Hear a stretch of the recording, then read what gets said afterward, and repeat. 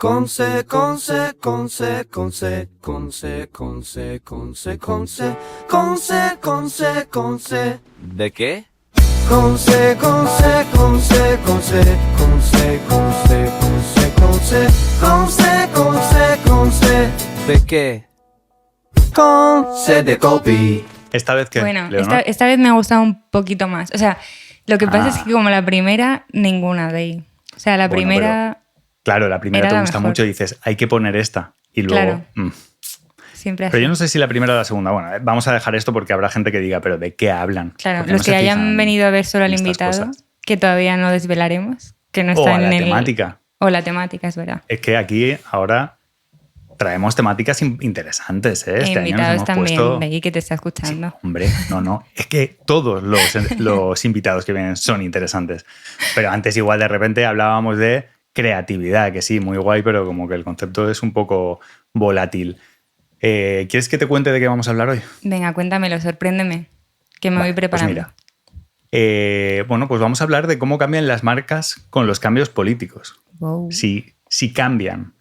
O qué pasa cuando de repente llega al poder un señor que hace cosas diferentes a lo que hacía el anterior, ¿vale? Que no se note en este podcast de qué palo vamos. No, Por si acaso. no. A ver, el otro tampoco es que fuera un comunista loquísimo, verdad. pero bueno, han habido cambios. Y para eso, ¿a quién hemos traído? Pues mira, hoy nos acompaña Carlos Alija, que es un director creativo ejecutivo internacional, literalmente, porque ha trabajado muy internacional.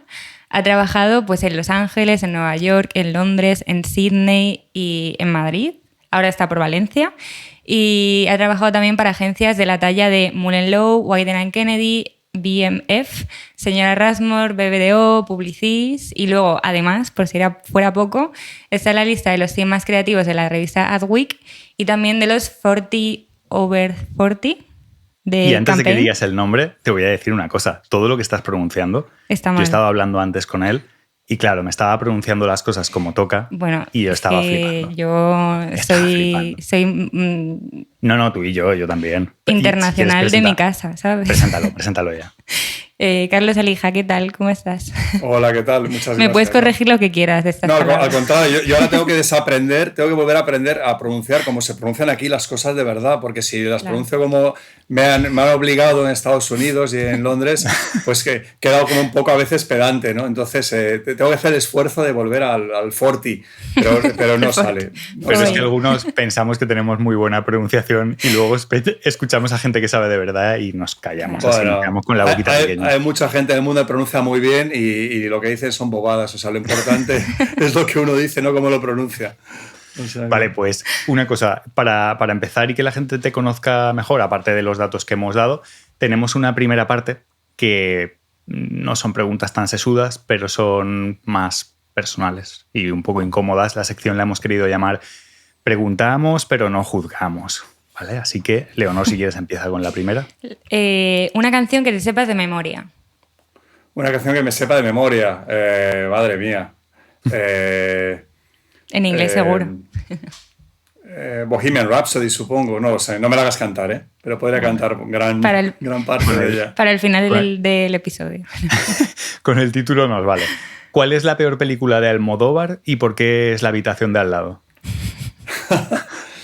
Bueno, a mí Almodóvar me gusta sobre todo su primera etapa, un poco la que tenía ese punto más que he hecho yo, mujeres, le pasa a mucha gente. Yo creo que su evolución estética ha sido formidable, pero para mí se ha ido haciendo como telenovelas de lujo, poco más o menos, ¿no? Y Me gusta entonces, la bueno, descripción. no, porque es fabuloso. Desde fuera te das cuenta que es una figura súper reconocible y lo que hace es fantástico, pero no sabría decirte cuál es super película, no lo sé. Vale, pues que se quede eso, la habitación de al lado. Venga. ¿Se te dan bien las plantas o se te mueren todas? Se me dan fatal. En inglés se dice tener green fingers, ¿no? A la gente que es bueno con las plantas, pero ahora que estoy aquí en Valencia tengo la oportunidad de tener un jardín y ya por fin todos mis intentos fallidos en Londres o en una azotea de Nueva York o en Los Ángeles lo voy a enmendar de una vez por todas. Venga, seguro. ¿A qué época de tu vida volverías? Al cabo de mi vida volvería. Madre mía, ¿qué preguntas? Yo creo que todos volveríamos por un momento a los 20 años. Vosotros ya estáis casi ahí, ¿no? Estáis casi ahí.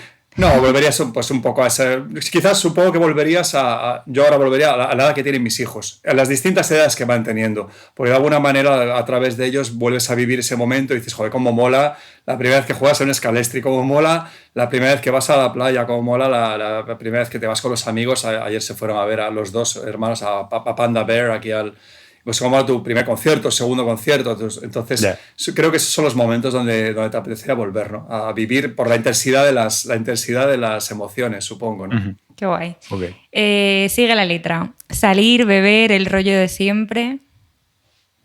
Salir, beber. Me has pillado, que es una canción española de ahora o no? Bueno, no. No sé si nos van a censurar, pero sigue meterme 1000 rayas, hablar con la gente. Es una canción Extremoduro, yo creo que es de los 90, ¿no? Es de Extremoduro. Bueno, sí. Bueno, pues Extremoduro, tampoco he sido muy fan de Extremoduro, pero me mola Robe, Iniesta y tal, y está guay, pero vamos, no lo conocía la letra. ¿Por qué esa pregunta? Bueno, solo para molestar, para poner a prueba. Vale, era para, digo, ¿qué pasa? Para ver quién es muy carca, quién está dentro de la moda, quién no sé cuántos. Bueno, vamos juzgando. Creí que ibas a derivar a la publicidad, a las drogas, la juventud y tal. Cuidado que esto igual mi madre se lo encuentra esto y luego, ¿sabes? Tenemos un lío. No. Ya, no lo había pensado. Queremos saber si tienes algún piso turístico. Sí, tengo pisos turísticos. En cualquier parte del mundo. En propiedad. En propiedad. No, la verdad es que no. Vamos. Ni uno. Buscamos al culpable de, ¿qué pasa? de la industria. Pero conozco gente que tiene pisos. Vamos, no hay que mirar muy lejos, porque hoy día y en Valencia los tienes a patadas. Tengo amigos que tienen pisos turísticos, pero no. Yo no he sido muy buen inversor de mis dineros, pero vamos, no tengo pisos turísticos. Bien. Nos parece buena decisión. Del 1 al 5, ¿cuánta pereza te da esta entrevista? Del 1 al 5, no, ninguna. Sinceramente, No, sinceramente, si no lo hubiera aceptado. O sea, cuando me escribiste, no. De hecho, me acuerdo, hace unos meses me persiguió un tío de Nueva York para un podcast ahí dándole, pero no podía. En este caso había tiempo y siempre es una parte de cuando Laura y hablamos de parar un poco. Eso era sobre todo forzarnos también más a reconectar con la gente. Fue un poco el primero con volver, amigos, etcétera. Pues la semana que viene subimos a Madrid y vamos a ver gente. Pues tener el tiempo para hacer cosas como esta, porque no sabes un poco de hablar con la gente, las cosas que se abren, las oportunidades o los momentos, las conexiones, la gente en común, el tal. Y nos damos cuenta que en los últimos años estás como tan como una visión de túnel, ¿no? De lo que en tus objetivos como compañía o en la profesión o en personales, muy profesionales, y estás ahí metido y de pronto en momentos como este pues me hubieran dado mucha pereza y no los hubiera ni... Entonces ahora al contrario, lo hago con muchísimo gusto, Leo. Qué bien. Perfecto. Y la última de esta ronda rápida, ¿a quién te gustaría escuchar respondiendo estas mismas preguntas, hablando de conectar con gente? ¿A quién me gustaría escuchar respondiendo? Madre mía. No sé, hay gente que siempre es divertida. No sé, mi excompañero César García, señor Rasmore, siempre es muy gracioso. Entonces es un tío muy inteligente y además pues cualquier pregunta de estas te daría la versión, divertida, como de programa de televisión y tal. Entonces, bueno, pues siempre sería entretenido de escucharle a él. Pero vamos. No le vamos a invitar porque yo no quiero que nadie me quite un poco de protagonismo. Sí, si viene alguien gracioso, a mí me vienen muy mal esas cosas. No se puede. Es broma. La apuntamos. Sobre todo porque no consigo ser gracioso, entonces no viene muy bien para conseguir un punto de humor. Así que ya nos quitamos esta parte de encima, y nos ponemos un poco más serios. Serio. Sí, nos ponemos tampoco le falta mucho, pero mantengamos el tono. Claro, sí, siempre, que la gente no se vaya del podcast. Total. Solo vamos a empezar por una curiosidad casi, que es si la decisión esta de dejar Estados Unidos y volver a España fue por todo lo que está pasando en política en Estados Unidos. ¿Tuvo algo que ver?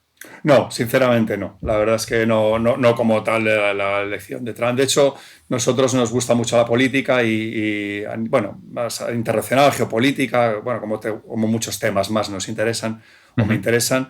Y es divertida la política en Estados Unidos porque, hasta el punto que también se sigue en el resto del mundo, porque tiene un impacto global y luego tiene pues muchos actores y condicionantes, y al contrario es divertido, pero sí ha sido un poco deprimente este momento para mucha gente, sobre todo porque ha sido una mezcla de imprevisibilidad, no sé, de un poco la avestruz, ¿no? De no querer que sucediera, pero saber que en el fondo podría suceder, una mezcla de sorpresa, una mezcla de errores que han sucedido, pero volviendo a tu pregunta, no ha tenido que ver. Ha sido más un tema vital de haber pasado muchos años fuera y querer volver a nuestra cultura, a nuestra familia, a nuestros amigos y hacer otras cosas quizás. ¿Y visteis que afecta de alguna forma esta tensión, esta sorpresa, también polarización igual al trabajo dentro de la agencia?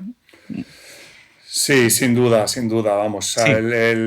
La forma en que, Estados Unidos lleva unos cuantos años donde lo que se denomina Culture Wars, ¿no? Las guerras culturales, un poco han tomado poco a poco distintos ámbitos de la vida pública americana, desde los medios de comunicación a la vida de las empresas, a cómo se trabaja, etcétera. Entonces, ha habido una constante polarización y, sin duda, ha afectado en ambas direcciones. O sea, digamos que así, por resumirlo un poco, y podemos entrar más en detalle, durante los últimos años ha habido una escalada hacia lo que son las políticas un poco de identidad, ¿no? O sea, es el poner la identidad racial o sexual, etcétera, de una forma más prominente, y entonces todas las políticas de diversidad, de inclusividad, de igualdad han ido ganando con razón y con sentido y con lógica, pero eso al mismo tiempo, en un contexto de redes sociales, extrema polarización, ha ido deviniendo en una vertiente más radical de esa faceta, que es un poco lo que se ha ido evolucionando a lo de la cultura woke, que podemos también hablar de ello, porque es una palabra que empieza como algo positivo y curiosamente ha ido tomando se ha convertido en un palabra casi como peyorativo. Es muy interesante, ¿no? Pero porque realmente es woke, es de estar despierto al progreso, ¿no? Y en paralelo, pues una cierta escalada hacia lo conservador, que ha ido teniendo la sociedad, el Partido Republicano, etcétera. Y entonces, pues todo esto, claro, ha ido afectando ciertas tensiones dentro de las compañías que han tanto a los empleados como a cómo se gestionan esas compañías y el impacto que puede tener las marcas, que podemos también, si queréis, hablar de ello, ¿no? Pero efectivamente sí ha afectado a la forma en que se trabaja y dónde se pone el foco en el trabajo durante este tiempo, y ahora de nuevo ha cambiado, y ahora está cambiando de forma radical totalmente por un intento de Trump un poco ahora de dar marcha atrás hasta el punto de prohibir esas políticas de DI, ¿no? De Diversity, Equity and Inclusion, ¿no? O sea, claro, que da para mucho esto, sí. ¿Y en las agencias es para bien o para mal? Bueno, bien o mal es muy relativo siempre, ¿no? Dependiendo en qué punto estés o dónde estés. En las agencias, como otras empresas cualquiera, pero sobre todo más dedicadas a estar en la comunicación o pendientes de lo que la sociedad, por donde va evolucionando en general, y a mí siempre me ha encantado la publicidad, siempre han sido entornos bastante liberales, ¿no? Liberales en el sentido como liberal americano, que es más progresista, ¿no? Claro. Siempre ha molado, o sea, nosotros íbamos a muchos clientes donde, joder, qué conservadores, qué cara, y siempre la agencia volvía si es un entorno más. Entonces yo creo que en ese entorno siempre estos años ha sido fértil para fomentar políticas de igualdad, de inclusión, etcétera. Entonces, en ese sentido, pues yo creo que ha sido para bien. También puede haber gente que lo vea, o quizás en ciertos momentos puede haber sido a lo mejor demasiado, se ha pasado de rosca y se ha ido a lo mejor demasiado al otro lado. De pronto, agencias que hacían de eso su gran mantra o su gran publicidad, a quién contrataban, el color de la piel de quién contrataban, los porcentajes de distintas razas de sexo y género o campañas, y luego en vez de decir, bueno, pero tus campañas son buenas, quiero decir, estás creciendo, estás sirviendo a los intereses de tus clientes o incluso de tus empleados o de tus creativos, de sus portfolios están mejorando, están siendo. Entonces, al final, que es bueno o malo se puede ver de muchas maneras, ¿no? Pero sin duda, todos estos años han tenido un impacto grande en dónde a qué dedican las agencias su esfuerzo, y ahora ha habido pues, un backlash, ¿no? Como un latigazo un poco de vuelta a una cierta realidad cuando de pronto, ostras, cuidado que ahora lo que impera es otra cosa y nos van a empezar a juzgar de otra manera, ¿no? ¿Y qué hacen estas agencias que tenían como ese progresismo extremo por bandera, ahora que de repente Trump está diciendo no, que esto lo vamos a capar? A ver, yo creo que las agencias de publicidad, como cualquier otra empresa, son empresas. Entonces, claro, una cosa es el día a día, la gente es la que es y no cambia. Tú no cambias tu ideología, tu forma de ser, tu forma de relacionarte en general.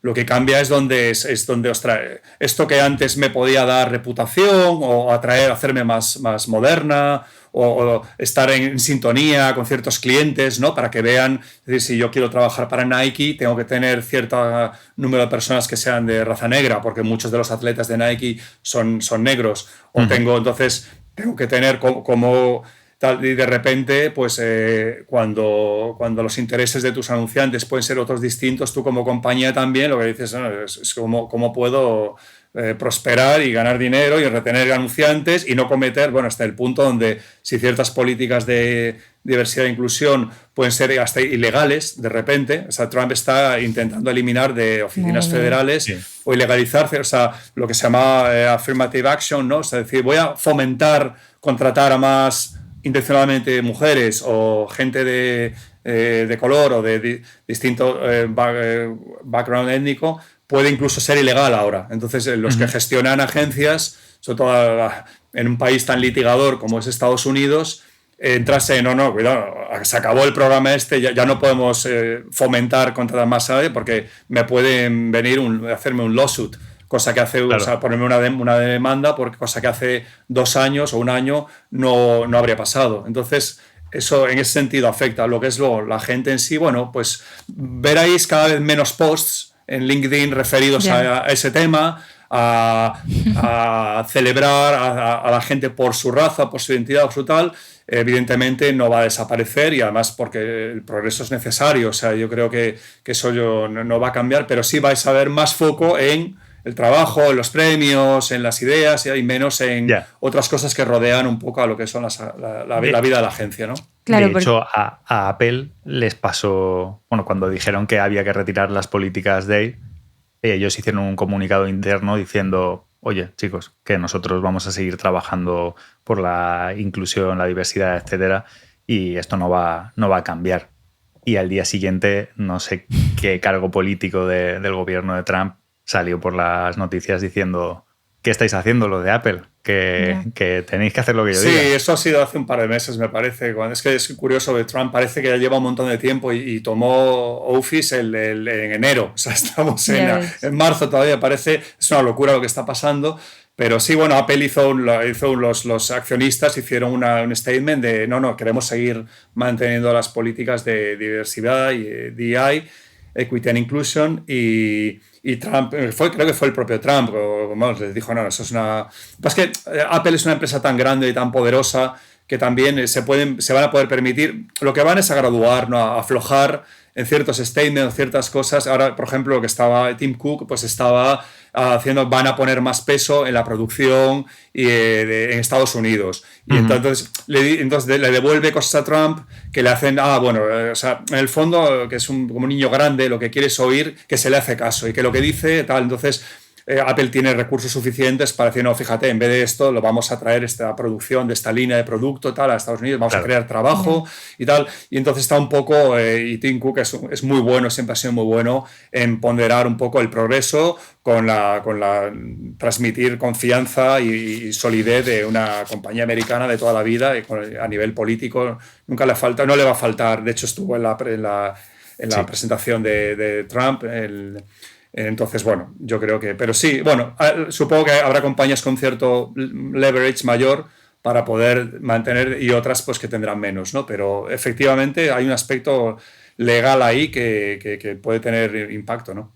Claro, porque al final las marcas también tienen mucho poder, y sobre todo en un sistema como el de Estados Unidos, supongo que tiene mucho poder en también un poco la política o la ideología, y además es que la publicidad también es como una forma de pues crear, no sé si ideología, pero sí un poco de cultura y pues difundir determinados pensamientos o ideas, ¿cuál crees que tiene más poder para influir sobre la otra o en la sociedad? O sea, ¿quién va antes? ¿Las marcas y la publicidad o la política? A ver, es que yo creo que todos son elementos que se retroalimentan, ¿no? Las marcas, claro, había quien definía la marca como algo que solo existe en la mente del consumidor, ¿no? O de la mente. Entonces, quiero decir, a veces hablamos de marcas como sinónimo de empresas o de las compañías, sí. y la marca no deja de ser una especie de intangible, de valor de lo que esa compañía representa. Siempre el caso típico, ¿no? De Coca-Cola no son las fábricas que tiene, podrían desaparecer mañana, es el constructo mental que todos tenemos de lo que representa esa marca. Entonces, que lo cuenta muy bien Harari en Sapiens, ¿no? La idea de que todo el mundo acuerda que esta Coca-Cola o esta marca representa eso. Entonces, ¿cómo eso cambia? Pues claro, se ve influido por el contexto político, el marco legal, legislativo, el marco contexto económico. Entonces, las compañías son susceptibles, y a veces una compañía está por encima de su marca y a veces está por debajo. Y a veces tiene que venir otro CEO nuevo a recuperar los valores que tenía esa marca y volverlo a poner en primera línea. Y entonces, es interesante. No sé, me estoy divagando un poco. No sé cuál era exactamente la pregunta. No, creo que Leonor preguntaba si la política puede influir más en cómo se construye la sociedad, o la propia publicidad tiene más peso a la hora de influir en esto, ¿no? ¿Iba por ahí? Sí, yo creo la publicidad es que yo creo que últimamente, o sea, sobre todo en los últimos 20 años, ha ido cada vez teniendo menos peso como tal. O sea, es decir, la información que hoy día tiene la gente sobre las marcas, por el caso sobre Amazon, sobre Meta, sobre tal. Fíjate, la de podcast, noticias, TikToks, o sea, la gente tiene una idea de lo que es una compañía, o lo que es una marca, o lo que es, que viene por muchísimos sitios, cuando yo empecé a trabajar, o hace 30, 20 años, gran parte de lo que la gente percibe en una marca era lo que la marca le quería contar. Luego, obviamente, hago recomendación de alguien y luego la propia experiencia propia, pero era muy poderoso los mundos que una marca puede construir para transmitir this is what we stand for, esto es lo que somos. Hoy día, entonces, yo creo que la publicidad es puramente, tiene un cierto, y digamos, más que publicidad, estrategias de marketing globales, pues pueden tener un cierto impacto, pero al final y al cabo son elementos que se retroalimentan. Por ejemplo, Meta es un buen ejemplo, ¿no? O sea, de pronto Meta se puede ver, a priori se ve favorecida por la llegada de Trump, un político desregulador. Quiere decir que todo lo que Meta podía querer hacer estaba amenazado por distintas revisiones del Congreso, del Senado, la Unión Europea, el daño o el impacto que ha podido tener Facebook y el uso de los algoritmos en la política. En fin, hay muchísimo de eso, y de repente pues ahora va a tener un presidente que va a favorecer la desregularización, que digamos, ya habéis visto la evolución de Zuckerberg, ¿no? A nivel, sí. Pero entonces, claro, pero de pronto eso se vuelve contra él también. Entonces, lo que podía ser un contexto favorable para muchísimos, o ya no, el caso extremo de Elon Musk, ¿no? Es decir, un tipo que ha hecho su apuesta y digo, roll the dice, voy a poner 100 millones para la campaña de este tipo. O sea, en el fondo hay algo genial en eso también, de voy a apostar por cuando nadie está apostando por él, yo apuesto, gano. Pero a veces cómo la marca, es decir, la imagen, la percepción del consumidor vive eso, puede ser muy distinto a lo que tú esperas. Creo que en el caso de Musk también hay una cierta, sobre todo de Tesla, da para otro podcast completo la personalidad de él y lo poco que le importan ciertas cosas y tal, pero son efectivamente, organismos que se retroalimentan. Lo que sí es muy difícil hoy día, al contrario de antiguamente, para una marca utilizar la publicidad para corregir percepciones sobre la marca. O sea, hay tantos elementos que hacen que definen la marca, que por eso en los últimos años, claro, lo que más define una marca está en su logística, en su UX, en su distribución, en su capacidad de innovación tecnológica, en muchos otros aspectos, es lo que define al final. O sea, en Estados Unidos hay 180 millones de cuentas de Amazon Prime. O sea, prácticamente el 75% de la población tiene una cuenta de Amazon Prime. Entonces, da igual, ¿qué más va da igual lo que haga Bezos? Pues no, es que ahora con el Washington Post ha perdido su independencia, porque tal, pero ¿y qué vas a hacer? ¿Vas a dejar de comprar en Prime? O sea, no hay un sustituto para eso, salvo que seas un activista muy tal. Entonces, no sé, es muy... o sea, hay muchos ejemplos como esos, ¿no? Entonces, el poder de la publicidad, y lo digo como publicitario, digamos, creo que tiene más valor decirlo, porque venimos de época donde la publicidad tuvo mucho poder en conformar eso, y yo creo que hacer una cura de humildad en decir, no, es que no hay tanto... Lo cual también te lleva a ver, vale, entonces esas piruetas creativas y tal, que molan, que está guay, que mola tal, realmente, ¿dónde hay más creatividad ahora mismo en una compañía? En cómo funciona el algoritmo, en el botón de... Para mí, o sea, si te gusta esto, te gustará esto, es la mayor genialidad que existe. O sea, quien inventó eso, no sé quién fue el ingeniero, el creativo, que pudo aplicar, encontrar algo que nadie hacía, encontrar el algoritmo, los procesos, digamos, digitales para que eso sucediera. Claro. No ha hecho crecer más a Amazon eso que cualquier campaña posible. Entonces, lo que ves en los últimos años es la derivación totalmente de energía, recursos, dinero a todo eso, ¿no? Entonces, bueno, eso ya da para otro debate también sobre... Sí. Además es una genialidad, pero puede ser una genialidad perversa y ahí ya entraríamos también totalmente, claro. en otra temática, tendríamos que hacer otro programa. Pero se nos ha olvidado decir una cosa muy, muy, muy extremadamente, enormemente importante. Hombre, si no, este programa no estaría. Es que no estaría este programa aquí si no fuera por esta cosa que tenemos que decir, que casualmente es que nos patrocina una gente de la Madrid Content School, nos pone el dinerito para que vengamos aquí todos los meses, bueno, cada 3 semanas, a contaros cosas. Bueno, a traeros gente muy interesante que os cuenta cosas. Imaginaos, no podíamos dedicarle este momento. Y para que lo sepas, tienen como 2 huecos en el programa en los que suena algo de fondo que avisa de que van a aparecer, que es... La pregunta de la Madrid Content School. Vale, tienen 2 preguntas en el programa y cuando suena esto, lanzamos una. Ya que estamos aquí aprovechando, pues vamos a soltarla. Y nos dicen, has trabajado en mercados muy distintos, desde Australia hasta Estados Unidos. ¿Qué haces cuando llegas a un país nuevo para empaparte de verdad del contexto cultural? Y luego, dentro de Estados Unidos, ¿cambia mucho entre Nueva York o otro estado como Montana? Ahí te la dejamos. Madre mía. Bueno, supongo que la publicidad lo que tiene es que es una buena pista de aterrizaje para llegar a un país porque es una profesión bastante globalizada, ¿no? De hecho, la tendencia de los últimos 30 años de las empresas y las marcas ha sido la globalización, con lo cual, de alguna manera, siempre llegas con referencias, formas de trabajar, procesos que son muy comunes. Entonces, luego, bueno...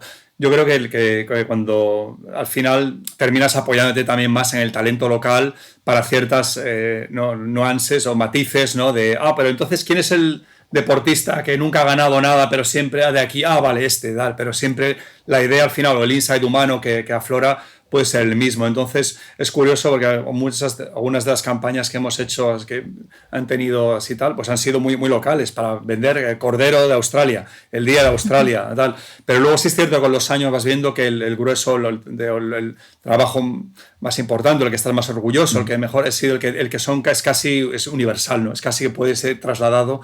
De hecho, hemos hecho campañas para distintos productos que han salido en muchos países, incluyendo Coca-Cola también. Entonces, bueno, al final te das cuenta que también la cabra tira al monte. Supongo que tiras hacia tus fortalezas, que es hacer el tipo de trabajo que más gente puede entender y luego pues te apoyas en talento local para eso, ¿no?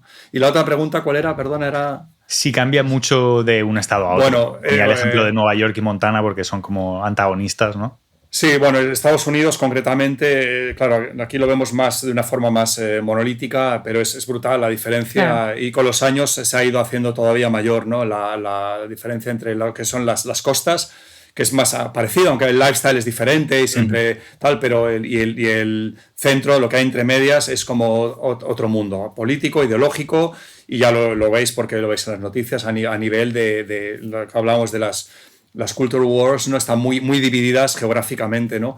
Y ves donde claramente hay más gente anti-inmigración, más gente pro-armas, más gente anti-aborto, más gente que no cree en el cambio climático, y se corresponde con un lugar geográfico, y luego dentro de esa geografía incluso con estar más cerca de una ciudad o estar más alejado. Que es donde más en el campo, más aislado, en comunidades más pequeñas, más tradicionales. Eso es universal, también está pasando en Europa, pero en Estados Unidos es muy, muy, muy claro, vamos, bastante, sí. Ok, pues empaquetamos esta pregunta para la Madrid Content School. Para el Reels. Y este caso, ¿lo quieres comentar tú? Es muy guay. Sí, lo iba a comentar así directamente. Pues dale. Aunque tengo que decir que lo ha pensado de ella. Bueno, no le voy a quitar ese protagonismo. No, queríamos como traer ejemplos de marcas que hubiesen pues cambiado radicalmente para adaptarse a una situación política, y habíamos encontrado que durante el nazismo, pues Coca-Cola en Alemania inventó Fanta, de hecho, para seguir operando y desvincularse de Estados Unidos. ¿Crees que hoy en día una marca global podría tomar una decisión así? Rollo, pues con el ejemplo de la invasión rusa de Ucrania, que las marcas salieron de Rusia. Bueno, a ver, las marcas, de nuevo, el contexto político y cultural y legal definen su actividad, y lo de Rusia es un ejemplo. De repente, esto no se puede, no vamos a operar más aquí porque hay un boicot unilateral. Entonces, bueno, pues ¿qué hacemos con estos? De nuevo es eso, ¿no? Con esos restaurantes, esos McDonald's, pues no se cierran, operan bajo otro nombre, no sé exactamente tal, pero sí, las marcas están muy, vamos, no sé, claro, cuando hay grandes guerras, grandes invasiones o tal, pues son movimientos más radicales, pero vamos, sí, claro, sin duda las marcas están ahí. Pero bueno, yo creo que recientemente hay más ejemplos de... En este mundo que estamos hablando más de los últimos años, hay muchos ejemplos de cómo las marcas han tenido reveses, ¿no? En base a, pues eso, a cambios culturales, o hacer ejemplos importantes recientes, por ejemplo, el de hace un par de años de Bud Light, ¿no? En Estados Unidos, cuando Bud Light, pues uno de sus, no sé si incluso en la propia lata, bueno, había una asociación con una chica trans, y de repente pues eso escaló, y de pronto pues tú tenías a un montón de gente del lado más conservador boicoteando que Bud Light, que si era woke, que si era tal, y vamos, y tuvieron que acabar casi disculpándose, reculando. Le pasó cables, a Target, que es es como el Corte Inglés, digamos, de Estados Unidos, pues también hizo una línea de ropa o de Pride, ¿no? de orgullo gay, y de pronto pues también protestas, polémica, tuvieron también que recularla. Disney ha tenido, vamos, también mucha polémica también, y desde la representación en las películas, ¿no? De si Blancanieves es blanca, si no es blanca, no, pero es latina y tal, y se ha tenido mucho tal. Pero, por ejemplo, ahora ha cambiado, leí hace poco como incluso el cartelito que se acaba ante las películas antiguas, ¿no? Que esta película muestra representaciones negativas de otras razas, incluso creo que el cartelito lo ha cambiado, lo va a cambiar como a esta película se emite como fue concebida, o sea, incluso el lenguaje que está empleando está cambiando para, pues es eso, es que el dinero es miedoso siempre, ¿no? El dinero es como, esta es la nueva realidad imperante. Ahora no vamos a, pues ahora si hay que cambiar cosas, pues ya no vamos a ser tan woke, o ya no vamos a ser tan progresistas como antes, ¿no? El tema es que el primer mandato de Trump no fue todo lo Trump que él pudo ser, ¿no? Yo creo que él llegó bajo el paraguas un poco de cierto, y de hecho, bueno, fue despidiendo y peleándose con todos los asesores republicanos que le iban cayendo, pero él tenía un poco esas constraints. Entonces realmente las marcas casi que... Y también el hecho, que no es pequeño, que él nunca ganó el voto popular. O sea, ganó por la forma en que se van sumando los votos en los distintos estados, pero digamos que la gran mayoría de los americanos votaban demócrata. Entonces daba una cierta respaldo a las marcas, decir, bueno, no, estos son los valores imperantes, todavía son estos valores progresistas. Este cambio, que en verdad tampoco ganó por tanto el voto popular, pero ha sido suficiente para dar, no, es que esto es América ahora. América ahora ya no quiere... Y gran parte, aunque realmente la principal razón de la derrota de Biden, aparte de él mismo como tal, ha sido la del descontento sobre la economía, o la percepción de la economía, más que la economía en sí mismo, la idea de la cesta de la compra, la inflación, eso es lo que realmente... Sí. Pero lo que más... al final aparecen los medios de comunicación, o más llamativo ha sido, pues eso un poco las culture wars en torno a si la gente joven, pues, a qué edad puede decidir su género, o sea, las pequeñas batallas. Entonces ahí todo esto, la lucha contra el wokismo se ha llevado al... Y de hecho muchos demócratas, buenos analistas políticos, Ezra Klein, por ejemplo, que es un gran demócrata analista del New York Times, ahora llevan unos meses haciendo acto de análisis de qué es lo que... Y si hay cierto consenso en pensar que quizás los demócratas se han equivocado, han perdido el foco en la clase trabajadora, en la gran... Y de hecho, la idea de que haya tanta gente de clase media baja o trabajadora, latinos, negros que han votado a Trump, es un índice que el votante tradicional demócrata de eso, ¿no? Hemos puesto demasiado foco, digamos que la parte más progresista o perdida en ciertas batallas, ¿no? de culturales, ¿no? Importantes, sin duda, o sea, no negando su valor, su razón de ser, y la desigualdad social y racial, o de género está ahí, pero digamos que el foco ha sido tanto eso que de alguna manera se ha perdido el favor de esa otra gente que ha visto, bueno, yo lo que quiero es que los huevos no me cuesten $12 la docena, que el sueldo tal, y entonces, en fin, todo eso ha alimentado este cambio, ¿no? No sé, de nuevo he divagado, me he perdido dónde venía, pero... A mí me gustan mucho los casos también históricos de dos marcas de coche concretamente, una de Francia, que es Renault, que era una marca que venía de colaborar con los nazis. Cuando la ocupación nazi de París, de Francia, se posicionó, hizo lo que pensó que tenía que hacer y tomó partido por el partido nazi, intentó contentarles. Este señor, el presidente, acabó en la cárcel y acabó muriendo en la cárcel. Y luego SEAT, que yo esto no lo sabía, ha sido preparando un poco el programa, que es una marca que surgió en el franquismo. Sí, hombre, claro. Es una marca franquista. Claro.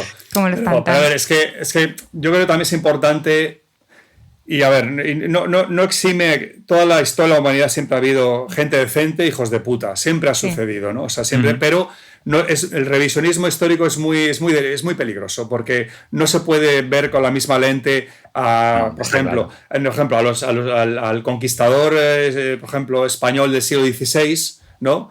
Totalmente, ¿sabes? En una búsqueda salvaje de recursos o de hambre, como por ejemplo el colonizador, a lo mejor inglés del siglo XIX. Claro. No es lo mismo, porque el conocimiento del mundo del XVI no es el XIX, ni el del XIX es el del mitad del siglo XX. Y entonces, claro, que SEAT es una marca, pero la SEAT de ahora no es una empresa no tiene nada que ver, claro. Sí, pero bueno, tú cuando analizas, haces revisionismo, pero los recursos de Ford, Henry Ford fue un antisemita, pro-nazi, que subvencionó el partido nazi. O sea, entonces, yo no compro un Ford nunca. Entonces pero... Claro, por un lado no tiene que ver, pero por otro lado hay compañías que han crecido en base a ese privilegio, en base a esa posición, y utilizar esas herramientas o esa discriminación, etc. Entonces, ¿hasta dónde empieza, cuándo termina el boicot y cuándo tiene que empezar? Es muy delicado y es muy curioso, ¿no?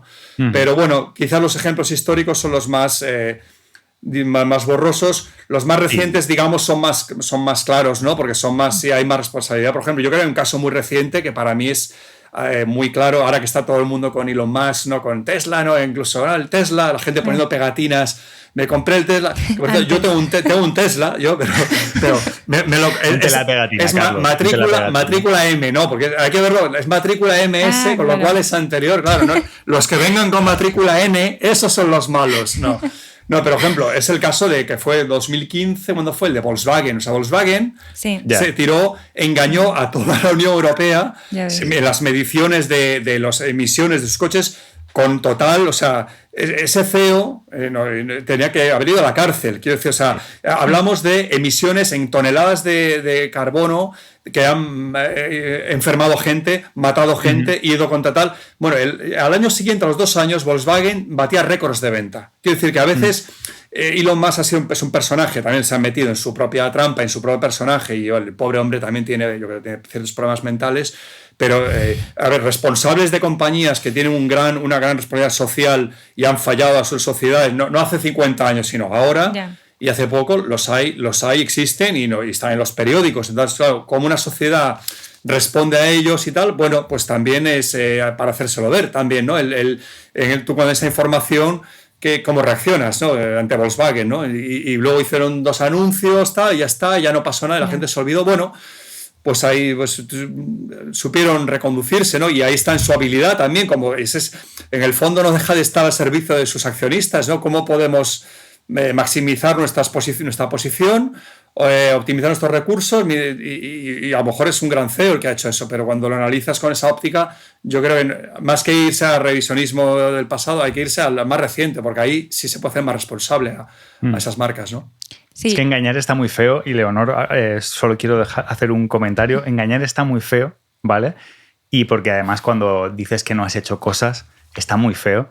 Y en Valencia tenemos un ejemplo que no tiene que ver con marcas, pero se llama Mazón y igual también debería estar en la cárcel. Perdón.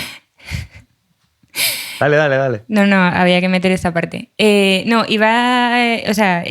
también un poco en cuenta estos casos históricos y muchos que hay recientes, ¿dónde está la diferencia entre una marca que es camaleónica y se sabe adaptar a la situación social, política, ideológica actual, de una que es oportunista? Igual lo vemos más en esas más cultura woke, entre comillas, de que se suman a movimientos sociales solo por aparentar. Lo de cambiar el logo. Por ejemplo. Sí, bueno, yo creo que en los años pasados hemos visto ejemplos de eso, ¿no? Yo creo que cuando una marca va en contra un poco de su esencia, primero como marca, o sea, de lo que siempre stand for, ¿no? Yo siempre he sido una marca que voy de esto, o va como en contra de lo que a lo que se dedica. O sea, desde Patagonia es una marca que desde el principio ha sido fundada con la ecología en mente, y va desde arriba abajo en la forma en que se provee sus productos, la forma en que comercializa, la forma en que lo vende, la forma política de atención al cliente, todo. Entonces, cuando Patagonia hace un statement el Día de la Tierra o el día tal, pues no es que sea a las marcas, es que el purpose de esa compañía está realmente en eso, ¿no? Claro, cuando una marca va de una cosa o intenta ser lo que no es donde un poco cuando en estos años pues falla a sí misma, ¿no? Y eso es lo que bueno, pues cuando no, pues puede ser a lo mejor Levi's no es un buen ejemplo, porque realmente era una colaboración con una tal, no estaba intentando, pero bueno, yo creo que a todas las marcas les ha pasado en ciertos momentos el decir, te patina un poco, ¿por qué está y qué hablando de esto? Sí, bueno, que los muebles son para todo y como son para todos, hacemos, pero no sé, son muebles baratos, bonitos, tal, pero no, ¿por qué estás hablándome de esto? Entonces yo creo que muchas marcas han pecado de cosas así y muchas se han dado cuenta. O sea, Coca-Cola es un buen ejemplo de una marca como durante muchos años ha sido el paradigma de stand for humanidad, todos juntos, distintas razas, no importa, no hay de aquí, de allá, somos tal. Y cuando las Culture Wars van avanzar, se va a convertir en un terreno más fangoso, ¿sabes? Porque ya cualquier cosa que digas sobre recibir al que viene de afuera, o sea, de hecho he trabajado para Coca-Cola en muchas ocasiones y muchas era sobre eso, sobre la inclusividad, sobre la diversidad, sobre una persona de igual, y de repente cuando eso tal, hay los últimos años, desde la llegada del nuevo CEO de Manuel Arroyo, que es español, claramente Coca-Cola pega un bandazo y se aleja totalmente de todo lo que pueda asociarse con Culture Wars, con statements de buenismo, todos juntos nos queremos, tal, que aunque luego transmita eso y de pronto se centra en programas de música, inteligencia artificial, grupos de, programático, ocasiones de consumo, o sea, sí, intentando, mantengamos lo que representa, Manuel Arroyo decía, nuestro trabajo es vender bebidas, o sea, frente a otros CEOs anteriores, que a lo mejor era Coca-Cola representa una serie de valores olímpicos, una serie de valores universales, y claro, en un momento donde se cuestiona al que viene de fuera, pues el punto de vista que tiene que votar Coca-Cola es no, seamos welcoming con el que viene de fuera, pero eso se convierte en un arma arrojadiza, donde entonces es una marca como ejemplo que lleva unos cuantos años totalmente fuera de las campañas que veías antes de amor fraternal, universal e interracial que podían tener, ¿no? Otras marcas, por ejemplo, ¿no? Han encontrado ahí, como Nike, por ejemplo, su core target es apostar primero porque muchos de sus héroes deportivos, etcétera, han visto ahí un core target de gente joven, adolescentes o jóvenes, donde realmente son muy progresistas y le ha funcionado muy bien desde que tomó el Stanford, bueno, un poco la apoya a Copernic, que lleva unos años muy centrado en eso. No quita para que también en contextos como ahora, pues, y de nuevo, no soy experto en Nike ni en ese sector, pero sí se puede centrar de nuevo en innovación, colaboraciones y tal, pero ves claramente que no ha abandonado de cuando en cuando sus pildoritas, como la Super Bowl, pues de apoyo a la mujer y tal, aunque luego en el fondo lo analizas un poco, por ejemplo, la campaña este año de la Super Bowl, y pronto una mujer no digas, y dices, pero esta campaña es un poco como de hace 10 años, ¿no? O sea, es un poco como que ya hemos hecho ya muchas campañas de ese tipo, ¿no? Parece que estás como diciendo algo que va a ser bien recibido, que nadie se va a oponer a eso, le va a gustar a tu público, pero tampoco es tan controvertido, ¿sabes? Tampoco es tan polémico como a lo mejor hace 10 o 15 años, como hacía campañas un poco que en ese momento eran, ¿no? A mí, de mis favoritas de Nike, la famosa If You Let Me Play, ¿no? Aquella de las niñas, If You Let Me Play, si me dejas jugar, creceré más sana, nadie abusará de mí, es un paradigma. Esa campaña hace 25 años fue muy innovadora, muy potente, entonces, bueno, sin duda las marcas van a ir reaccionando ante los fenómenos culturales. Antes lo han reaccionado y ahora lo estamos viendo ya en cuestión de meses también. Claro, también con consecuencias en ambas direcciones, ¿no? Porque también tú tienes hay gente que está diciendo, abandonando X, ¿no? Twitter, ¿no? Abandonando Amazon, abandonando Meta, también tienes una audiencia que a la que tu conservadurismo de pronto para adecuarte a los nuevos tiempos políticos va a tener un impacto en esos consumidores, pero claro, hay marcas que se lo pueden permitir, de nuevo como Amazon, porque su hegemonía es tan grande que dice, bueno, es que no me va a pasar nada porque vas a tener siguiendo... Vas a estar comprando con Amazon, ¿no? Y ahí recordamos que Nike era una marca que bueno, tiene en cartera a Jordan, una de sus marcas más importantes, que es una persona que en su momento dijo algo así como que los negros le daban igual, que lo que quería era vender zapatillas. Sí, bueno, a veces se sacan cosas. Jordan en su momento... bueno, era demasiado universal. Poca integridad racial. Bueno, no se sentía el negro desamparado. Es que de nuevo volvemos a lo de cómo evalúas a la gente 20, 30 años después, ¿no? Pero en esa época sí que había mucha gente que tenía mucha conciencia de raza.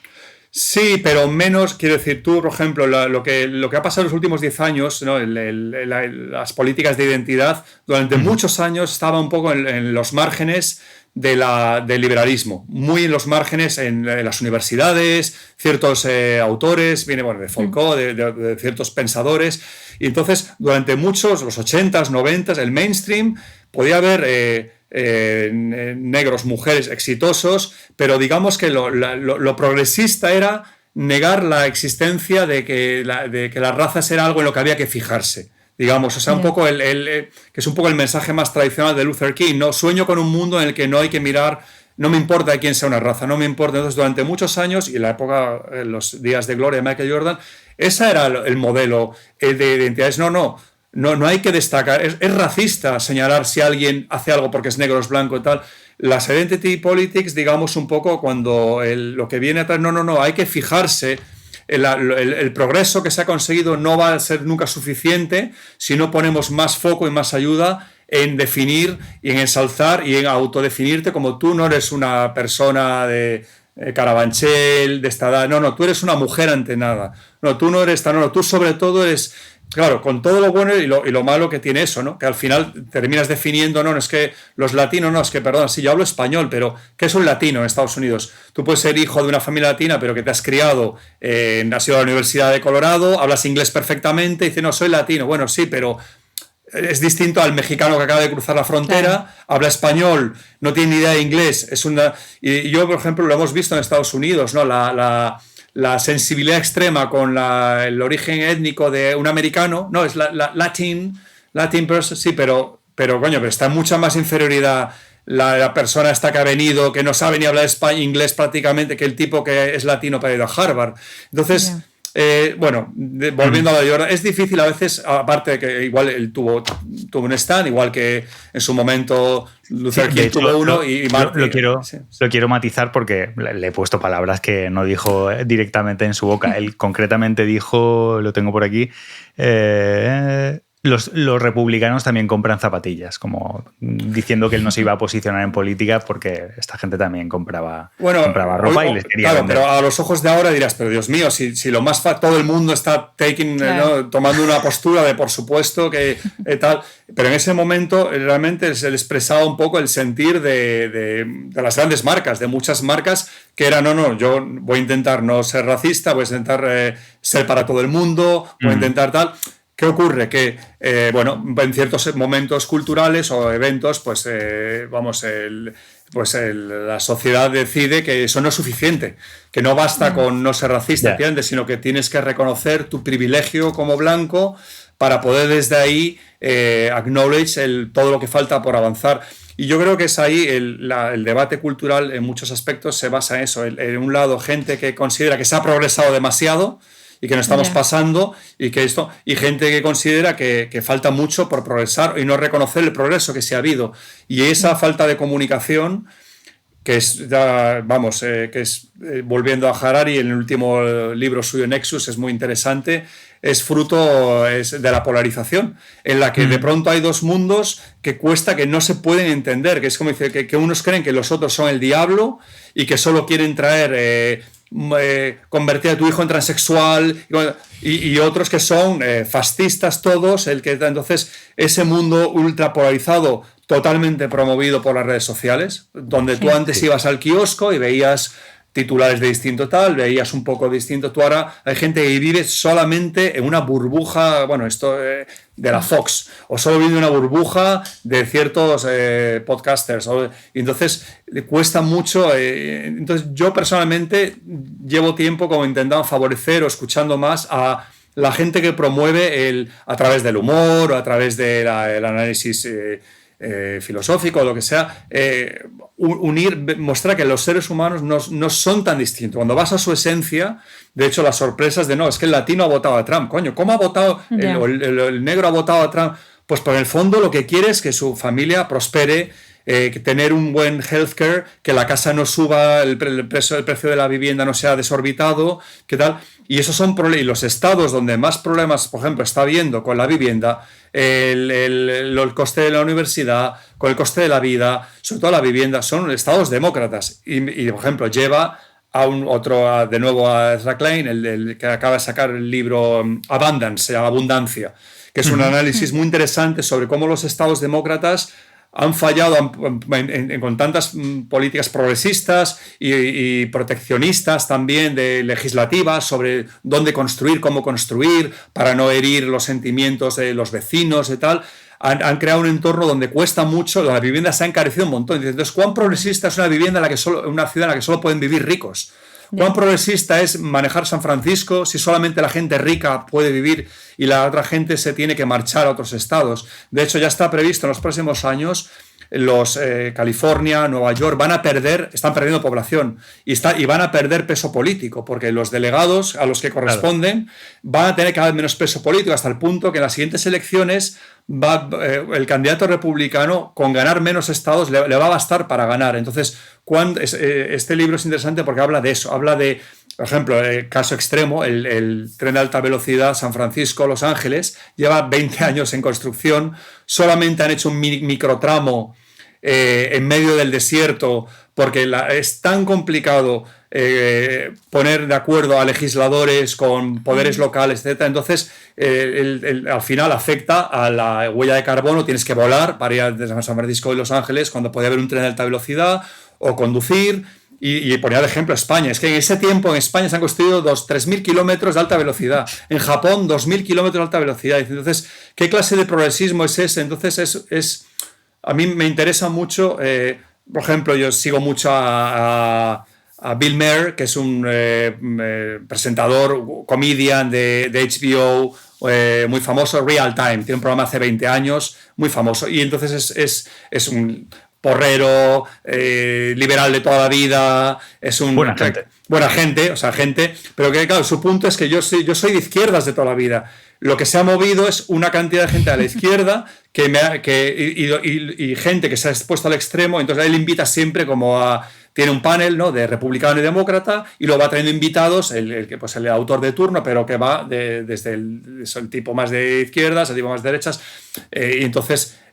y todo su humor y todo ha sido estos años muy críticos, sobre todo con todo el proceso de Kamala Harris, de Joe Biden y tal, porque entonces con acercar a la gente, es que la gente, Estados Unidos, el futuro de América pasa por quien pueda aglutinar a la mayoría de la gente. Siempre hubo conservadores, siempre hubo ultrarreligiosos, siempre hubo... Pero esas posiciones que eran extremas de pronto se han generalizado, y de pronto hay una gran cantidad de gente que está polarizada, y lo que ha hecho grande América y lo que le ha hecho envidia del mundo, etcétera, es cuando América está en unos valores universales que todos aceptamos, que nadie cuestiona derechos reproductivos, nadie cuestiona del derecho a las armas, a lo mejor, pero a lo mejor no hay que tener ametralladoras, a lo mejor basta con tener rifles de caza, ¿sabes? A lo mejor, entonces hay que buscar un poco, porque donde el sueño americano, que era un cartero y una enfermera, tenían su coche, sus hijos iban a la universidad, sabía eso. Hoy día es casi impensable un cartero,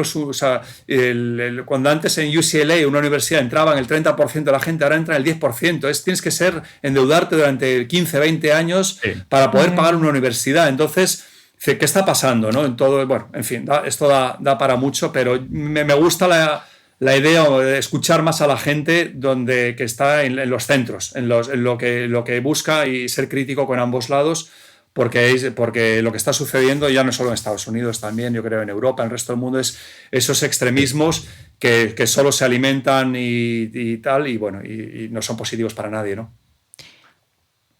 No, eso que vas a hacer, no, Leonor, eso no. Yo te toca otra cosa. La otra pregunta de la Madrid Content School. Vale, pues me toca hacer la pregunta que nos ha mandado la Madrid Content School, que es: ¿qué aprendiste tarde que desearías haber sabido al principio de tu carrera? Que aprendí tarde que... Oh, madre mía. Complicada. Parece una pregunta súper Cambio buena. total de... Sí, me ha volado la cabeza. Esta no se la había preparado. Sí. A ver, yo creo que sí. A ver, es difícil porque yo creo que el aprendizaje, y eso en la vida a todo el mundo le va pasando, es a manejar tu ego. Yo creo que es algo que con los años te vas dando cuenta de, bueno, el valor más del trabajo en equipo, del crédito al otro, de que a veces es mejor ser amable que tener razón, ¿sabes? O sea, entonces... quizás con la perspectiva, pues en muchos momentos haber tenido menos ego, haber querido imponer menos mi criterio, haber querido demostrar que el otro se equivocaba más y haber buscado más el consenso, tal. Yo creo que eso es lo que... Pero bueno, yo creo que eso es bastante universal, ¿no? Aunque no te creas, hay gente, y Trump es un buen ejemplo de cómo me moriré teniendo que ser el que tenga razón, etc. Pero en mi caso yo creo que eso es el gran aprendizaje, ha sido, y no es un aprendizaje que sucede de forma... casual, te lo da la experiencia también la gente con la que te encuentras, haber tenido buenos jefes, buenos compañeros, gente de la que aprendes, valores, y que te enseña que hay otras maneras de ser o de comportarse, quizás porque no porque fueras malo, sino que igual lo aprendiste de la manera equivocada o te hiciste una idea distinta de cómo se tenía que ser para prosperar, etcétera. Y en mi caso, pues yo creo que es eso, ¿no? Ahora me gusta escuchar más, aunque no lo parezca por lo que estoy rajando. Pero, bueno, eres el entrevistado. Pero de alguna manera, bueno, es escuchar más, trabajar más en equipo, tomar posturas. Y de nuevo a lo que volvíamos de la política casi, ¿no? Que no. Es que justo no todo, es lo mismo que estabas diciendo sobre la política. Hay un término medio que no está tan mal, que dices. Y yo, es una de las cosas, sinceramente, que más siempre he valorado de España, viviendo fuera, ¿no? Cuando la gente ahí se llenaba la boca en Estados Unidos y digo, perdona, es que en España, para bien o para mal, hace muchísimos años que la gente gay se puede casar, o que nadie cuestiona. O sea, y durante muchos años, al menos, hemos encontrado una cierta forma de poder ser de conservador o más de izquierdas, tal, pero donde había una gran cantidad de gente. Yo siempre decía en el Reino Unido, y digo, es que en España el rey habla como yo. Es que la gente rica en España no habla distinto. O sea, ya hay una... Entonces hay muchas cosas que se dan para que... Y quizás ahí pues valora mucho tiempo fuera, Carlos. Y valora... Ya te darás cuenta de que sí que hablan un poquito diferente ya. Quizás puede ser, pero quizás no sé, una cierta campechanía del español, un cierto también peso de muchos años de socialismo, también, pero bueno, de alguna manera siempre me gustó eso, del español. No es tan difícil, y es cierto que vuelvo a un país quizás más radicalizado, más extremista con tal, pero en el fondo no tiene por qué ser así, ¿no? Y Y no sé, yo es que estoy un poco de momento in love otra vez con España, porque vuelve y todo el rato es qué maja es la gente aquí. Cualquier cosa, el camarero, la veterinaria hoy, el tal, el taller, siempre es como, pero qué maja es la gente, qué fácil es como encontrar como un middle ground, ¿no? Un punto de acuerdo donde tal, ¿no? ¿Esto no pasa allí? ¿No pasa esto en No, Estados Unidos? cada país tiene sus cosas buenas y hay gente maja, gente buena, pero digamos que el español por naturaleza y el latino en general es muy empático, es muy expresa mucho sus emociones y rápidamente se esfuerza en hacer tú, cuando alguien te cuenta aquí algo que le ha pasado mal, tú rápidamente, joder, sí, joder, qué cabrones, tiene razón, ya, o sea, el anglosajón, por ejemplo, no, es frío, es como escucha y tú estás pensando, este tío no le importa, le chupa un huevo lo que le estoy contando, o sea, no puede.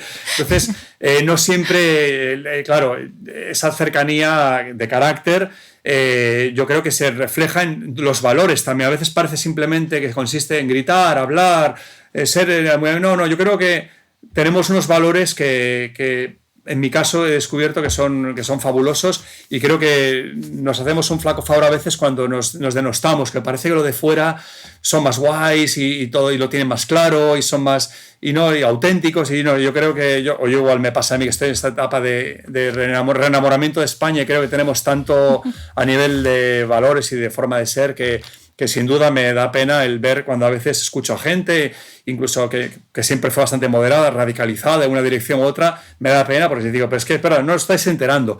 Todo este debate que estamos teniendo aquí, estos son los demócratas. O sea, es que el mundo hay gente muchísimo más extrema. Es que a veces aquí nadie está, aunque habrá gente que evidentemente pues cuestiona la sanidad pública, pero en general los españoles, la gran mayoría de el PP, el PSOE, los partidos, nadie cuestiona muchísimos valores generales, comunes, de universales sobre el acceso a la sanidad, a la educación, a cierto.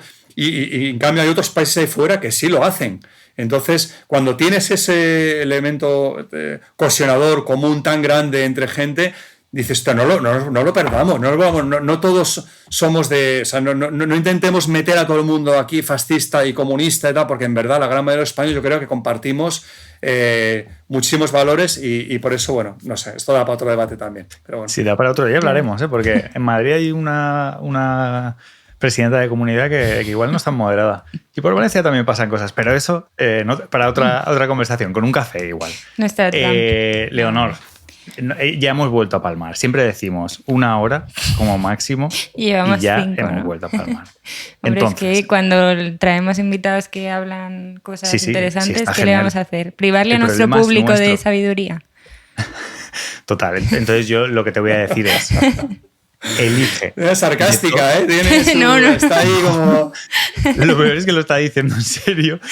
Digo lo peor porque nos quedan 10 preguntas. Hay que entonces, elegir, Leonor, ¿no? tienes tú el poder de elegir una de todas y con eso vamos a cerrar. Así que Vale. bajo tu criterio.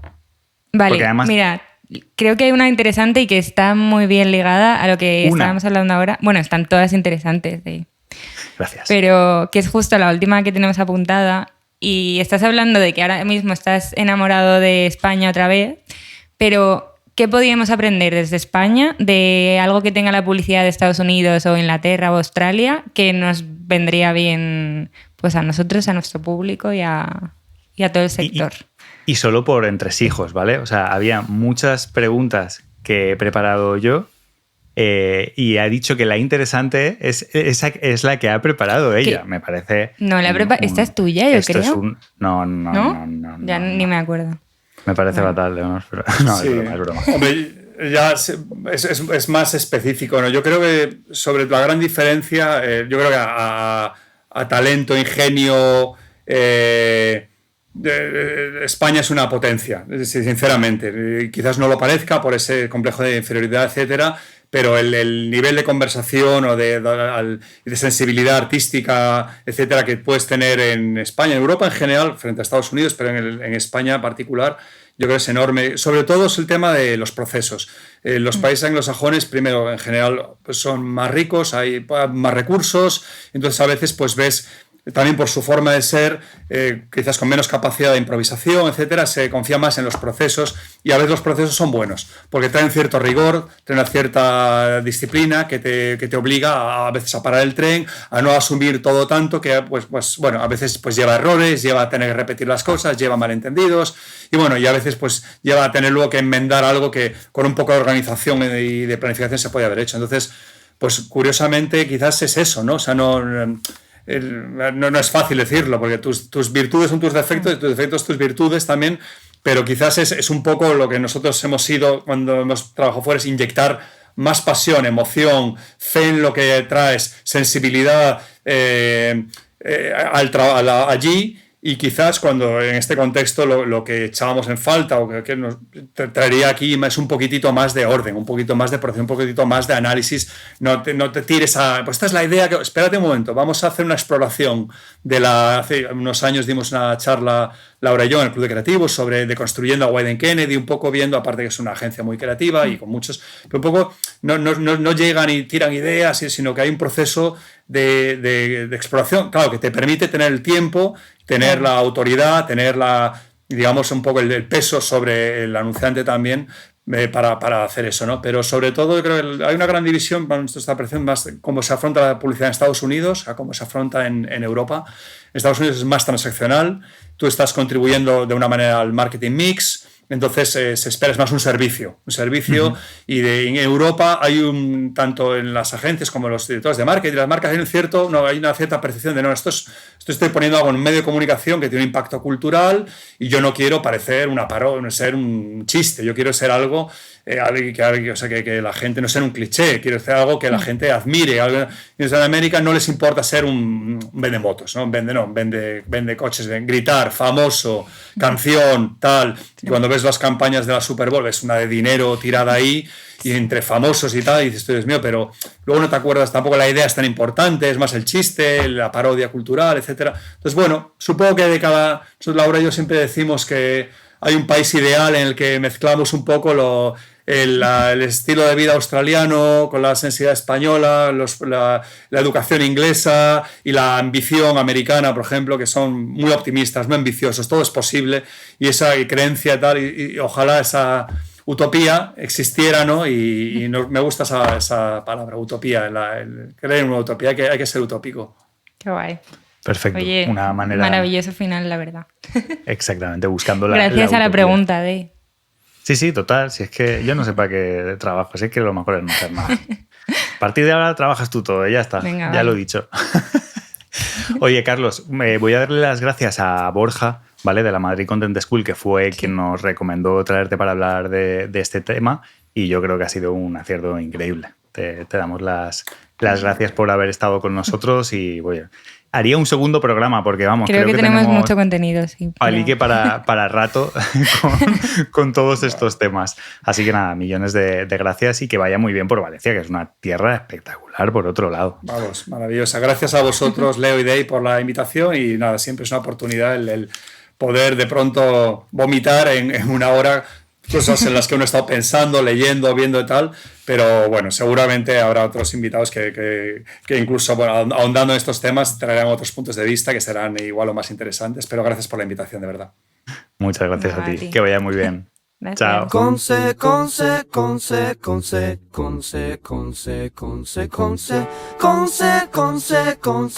¿De qué? Conce de contenido, conce de captación, de carpeta, conce creativo, cabezón de competencia, conce de CTA, conce de canal de cliente, colaboración. Conce.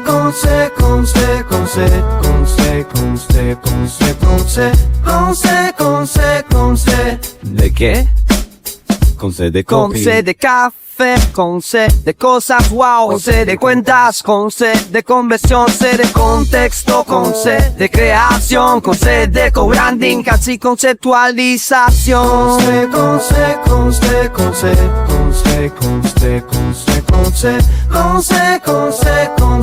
¿De qué? Conce de copy, conce de yo qué sé, conce. ¿Y qué más da? ¿De qué va a ser? Conce de copy. con C, con C, con C, con C, con C, con C, con C, ¿de qué? Con C, con C, con C, con C, con C, con C, con C, con C, con C, con C, con C, con C, ¿de qué? Con C de Con C de Coca-Cola, con C de Cheetos, con C de Chupa Chups, con C de Corte Inglés, con C de Cano, con C de Colacao, con C de Cabify, de Crocos y Calvin Klein, con C, con C, con C, con C, con C, con C, con C, con C, con C, con C, con C, ¿de qué? Con C de copy, Con C de click, con C de cap, con C de que, con C de C, con C de click, con C craft, de con C con de que, con C de copy.